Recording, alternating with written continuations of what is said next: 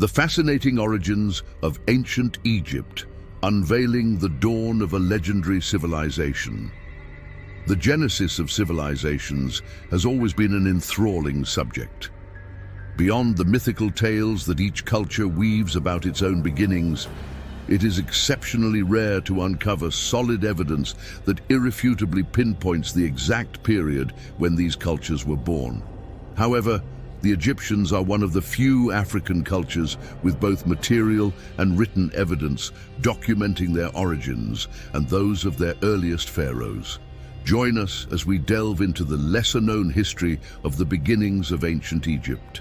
Before we dive deep, don't forget to subscribe to our channel and turn on notifications to stay updated with our latest content. The Nabta Playa culture, the first astronomers. Long before Egypt became one of antiquity's greatest empires, it was made up of small communities living near the Nile basin, approximately 10 millennia BCE. One of the earliest cultures from this period was the Nabta Playa culture, located in the Nubian desert about 800 kilometers south of Cairo. This culture, dating from 10,000 to 5,000 BCE, is considered a pioneer in developing the region's first stone circle, estimated to be between 6100 and 5800 BCE, about 1,000 years older than Stonehenge. According to astrophysicist Thomas Brophy, this megalith may have served as an astronomical observatory, with the arrangement of the stones aligning with the rotation of the stars in Orion's belt, a cycle that repeats approximately every 25,000 years and is marked by the equinoxes. Remains of cattle in stone chambers with clay ceilings suggest the earliest indications of the cult of the goddess Hathor, represented by a cow during the dynastic period. The Fayum and Merimde cultures, the first farmers. Following the Nabta Playa culture, the Fayum culture inhabited the oasis of the same name, located about 80 kilometers southwest of Cairo. It is estimated that they lived between 5200 and 4000 BCE. Archaeological findings from this culture include granaries containing wheat and barley, fireplaces and homes made from reeds with thatched roofs. Their primary tools included stone axes, knives and arrowheads, indicating the practice of hunting. Around 4000 BCE, the Merimde culture emerged in Lower Egypt.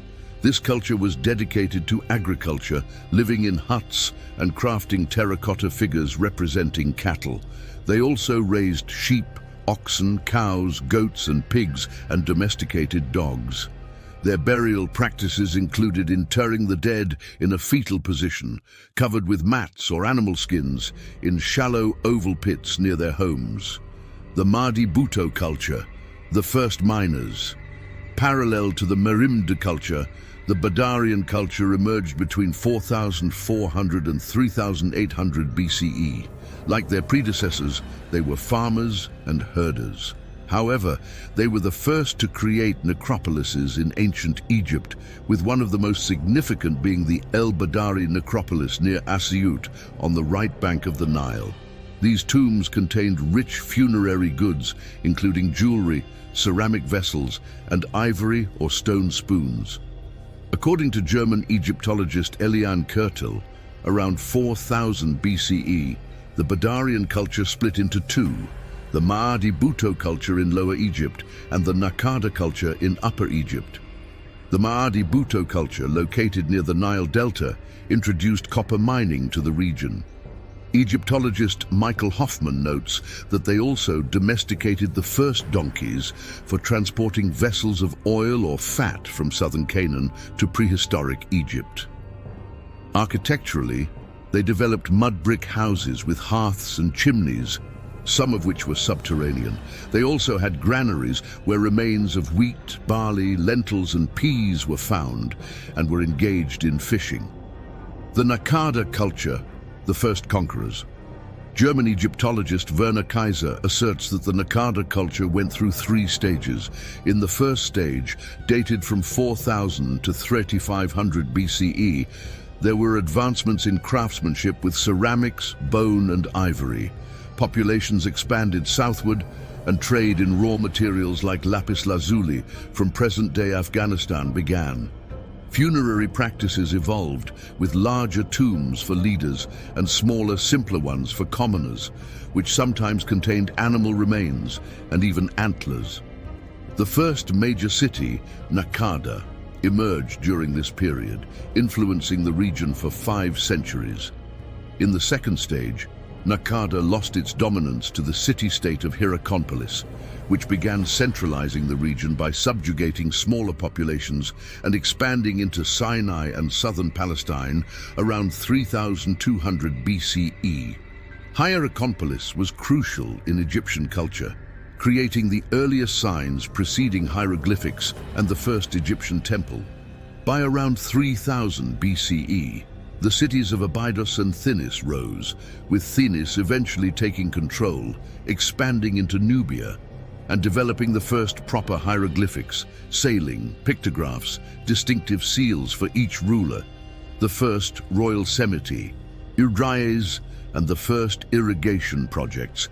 This city also marked the beginning of Egypt's first dynasty, Narmer, the first pharaoh. According to Merneith, an Egyptian priest and historian from the 3rd century BCE, before the emergence of the first pharaohs, each city-state had its own kings. Horus, also known as Scorpion II, was one of the few pre-dynastic kings documented. After Horus's death, control of Hierakonpolis and other subjugated cities passed to his son, Narmer, who became the first true pharaoh. He ruled for 60 years, unifying Upper and Lower Egypt around 3100 BCE. Initially thought to be a mythical king, archaeological discoveries have confirmed Narmer's existence. The first was a series of murals depicting Narmer in Hierakonpolis, discovered by archaeologist James Quibble in 1898. In 1993, archaeologist Gunther Dreyer found an inscription in Thinis describing the same events depicted in the murals. In the 21st century, Narmer's name was found on the list of ancient pharaohs in the tombs of Abydos, also located in Thinis. Although little is known about his reign, it is believed he may have designed or at least initiated the construction of the city of Memphis with his son, Aha. Narmer is also thought to have married Queen Neithhotep, Aha, the physician pharaoh. After Narmer's death, his son Aha ascended to the throne and married Princess Berenib of Lower Egypt. According to the chronicler Julius Africanus, Aha had no children with his wife, but did with one of his concubines, with only Jer known to us. According to Merneith, Aha became pharaoh at 30 and ruled until 70. Among his notable achievements were building a palace in Memphis, creating the fortress of Heliopolis, establishing the first Saqqara necropolis, and dedicating a temple to Neith, the goddess of war and hunting, in Sais, in Lower Egypt. He was the first pharaoh to conduct anatomical studies and autopsies in Egypt. The Palermo stone indicates that he engaged in trade with Canaan, waged war against Nubia and Libya, and his name appears on numerous objects discovered in Thinis and Saqqara. Some ivory tablets depict him celebrating unification commemorations, and one plaque shows him ritually sacrificing a man. Merneith, the first female pharaoh. After the death of her son Jer, Queen Merneith, known as Beloved of Neith, ascended the throne. With her husband, she had 2 sons, Jet and Den. Little is known about Jer's reign, except that he was responsible for constructing a palace in Thinis and the necropolis of el-Ka'ab, where he is believed to have been buried. His tomb became a pilgrimage center centuries after his death. It is estimated that he ruled for 57 to 39 years. Merneith, Egypt's first female pharaoh. Upon the death of her husband, Queen Merneith assumed the title of pharaoh around 2927 BCE, as her sons were too young to rule. For many years it was believed that Merneith was a man, until her name was found linked to her descendants in a grand tomb located in the Saqqara necropolis. Not much is known about her reign, except that, like her son Jet, she continued the construction of funerary monuments in the city of Tinis. It is also believed that she arranged the marriage of her son with Queen Amosa Nefertari. The queen outlived her son Jet, who, according to Manetho, ruled Egypt for 23 years and died without leaving an heir or making significant innovations, except for the introduction of copper in the manufacture of tools and decorative objects, a practice previously unique to the Madi-Buto culture. Den, the conquering pharaoh. Although the unification of Upper and Lower Egypt began during Narmer's reign, no pharaoh had officially held the title of ruler of both regions. This changed with the ascent of Pharaoh Den, who established religious rites to renew the royal power regularly.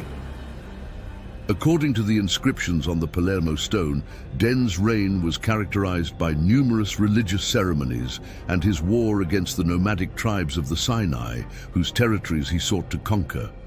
Among his notable achievements is the construction of his mother Merneith's tomb in the Saqqara necropolis, as well as his own tomb in el-Kaab, where he used red granite, a material never before used in tomb pavements.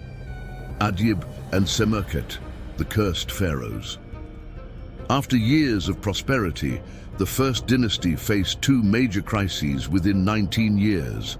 The first occurred during Pharaoh Adyib's reign, who, according to researcher Toby Wilkinson, ruled for nearly a decade. According to inscriptions on the Palermo stone, Adyib originated from Upper Egypt, specifically from Tinis. His reign faced several uprisings in Lower Egypt and the suspicious death of his firstborn son, Prince Sabu, possibly due to a plot. His intended resting place was the necropolis of el-Kaab, but something happened and his body was buried elsewhere, the location still unknown.